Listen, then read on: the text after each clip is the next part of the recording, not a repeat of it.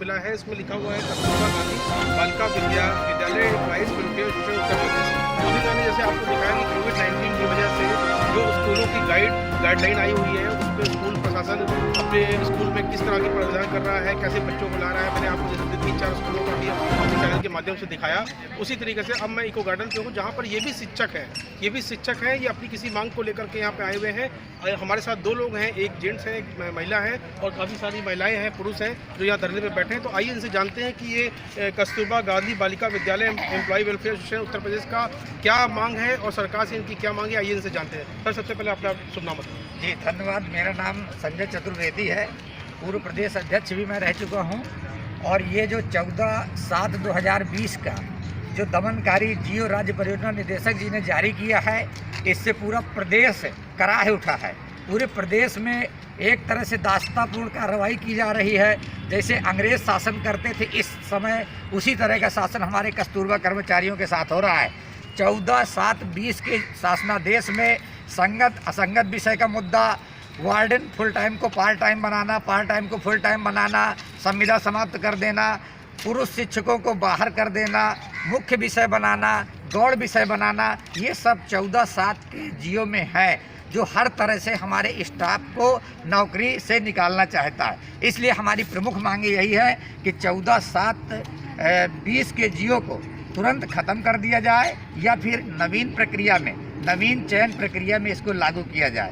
क्योंकि जितने भी शासनादेश आते हैं, नवीन चयन के संबंध में आते हैं, मुझे समझ में नहीं आता कि बीजेपी को क्या हो गया है। हमारे दादा परदादा से हम लोग बीजेपी का सपोर्ट करते आए हैं, और आज ये इस तरह से लोकतंत्र की हत्या करने पर तुली हुई है कि कोई भी व्यक्ति, हर व्यक्ति पसोपेश में है कि ये भारतीय जनता पार्टी को क्या हो गया है।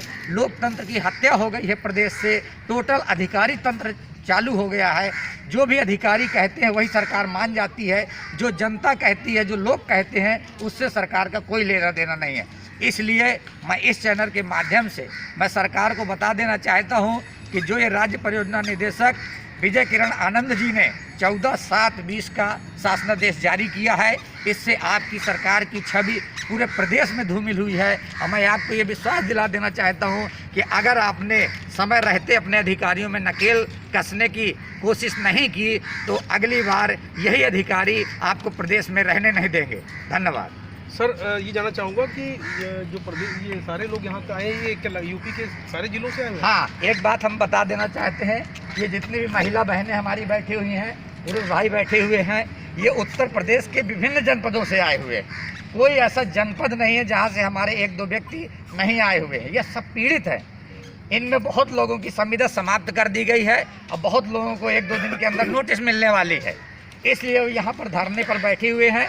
और आज से तो हमारी बहनें जो है भूख हड़ताल पर बैठ गई हैं, आमरण अनशन पर बैठ गई हैं। वो खाना नहीं खा रही हैं। वो कह रहे हैं कि हम अभी अन्न छोड़ रहे हैं, अगर सरकार ने हमारी समय रहते मांगे पूरी नहीं की तो हम जल भी त्याग देंगे। ये जो धरना आपका चल रहा है इको गार्डन पे, कब से है ये इको गार्डन में हमारा धरना इसके पहले भी चल चुका है, लेकिन सरकार ने 7 दिन का समय दिया था कि हमें 7 दिन का समय दिया जाए, हम कुछ न कुछ करते हैं। लेकिन 7 दिन बीत जाने के बाद भी इस सरकार ने कुछ नहीं किया, और जो है इसलिए हमको फिर से 3 दिन से कंटिन्यू धरना चल रहा है। अभी तक यहाँ पर कोई भी सरकार का नुमाइंदा, शासन प्रशासन से कोई भी व्यक्ति हमारी सुध लेने नहीं आया है। नहीं, कोई डीएम नहीं, कोई एसीपी नहीं, कोई एसडीएम लेवल के अधिकारी नहीं, कोई भी व्यक्ति यहाँ नहीं आया। कोई यहाँ सुनने को तैयार नहीं है। इस तरह से किनारे में बैठा दिया गया है कि चिल्लाते रहो ताकि शासन तक आवाज़ न पहुँच पाए। तो इस चैनल के हमारे साथ यहाँ पर एक महिला टीचर भी है। आइए उनसे भी जानते हैं कि वो क्या बात करना चाहती हैं। जी, अपना परिचय दीजिए प्लीज़। मैं अर्चना त्रिपाठी झांसी से आई हूँ। जी, बताइए ये किस तरह का जो धरना है, इसमें आपकी सरकार से क्या मांगे?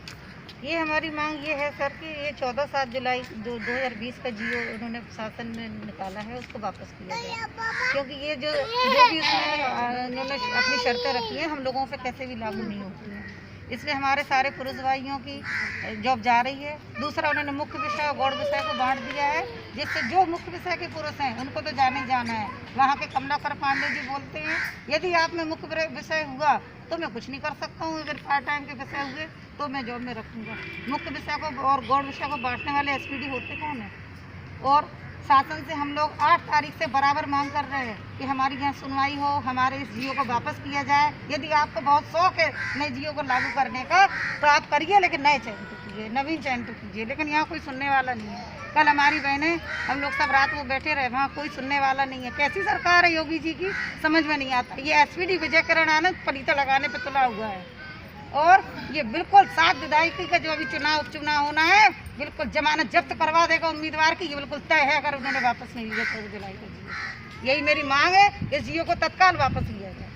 तो जैसा कि आपने देखा है, कस्तूरबा गांधी विद्यालय एम्प्लॉई वेलफेयर के लोग यहाँ पे एक तरफ तबका है जो हमने अभी आपको स्कूल कॉलेज का दिखाया जहाँ पर स्कूल को प्राइवेट स्कूल्स में टीचर्स बच्चों को पढ़ाने के लिए जो भी सुविधा उपलब्ध करा रहे हैं, कोविड-19 का पालन करा रहे हैं, और एक तरफ ये सरकारी शिक्षक हैं जो अपनी छोटी छोटी मांगों को लेकर के जो भी संशोधन किए जा रहे हैं उसमें जो चेंजेस हैं उसको त्रुटि जो भी कुछ है, अगर उनको लग रहा है कि सरकार की तरफ से किया जा रहा है तो वो सरकार तक अपनी बात पहुंचाना चाह रहे हैं। और ये 28/10/2020 से यहाँ पे क्रमिक अनशन, भूख हड़ताल और अमर अनशन पे बैठे हुए हैं, और इससे पहले भी इन्होंने यहाँ पर अपना प्रदर्शन किया था जैसा कि आपने बताया, और ये अपनी मांग को बराबर यहाँ पर रख रहे हैं। अब देखते हैं कि शासन प्रशासन हमारे चैनल के माध्यम से इनकी बात को हम उन तक पहुँचाने की कोशिश करेंगे तो वो क्या संज्ञान लेता है। कैमरामैन खुर्शीद के साथ ब्यूरो चीफ अमित श्रीवास्तव, समाजिक सत्ता। वेतन बोनस भत्ता दो, वेतन बोनस भत्ता दो, वेतन बोनस भत्ता दो, KGBB यूनियन जिंदाबाद, KGBB यूनियन जिंदाबाद। हमारी मांगे पूरी हो, हमारी मांगे पूरी हो, KGBB यूनियन जिंदाबाद, KGBB यूनियन जिंदाबाद।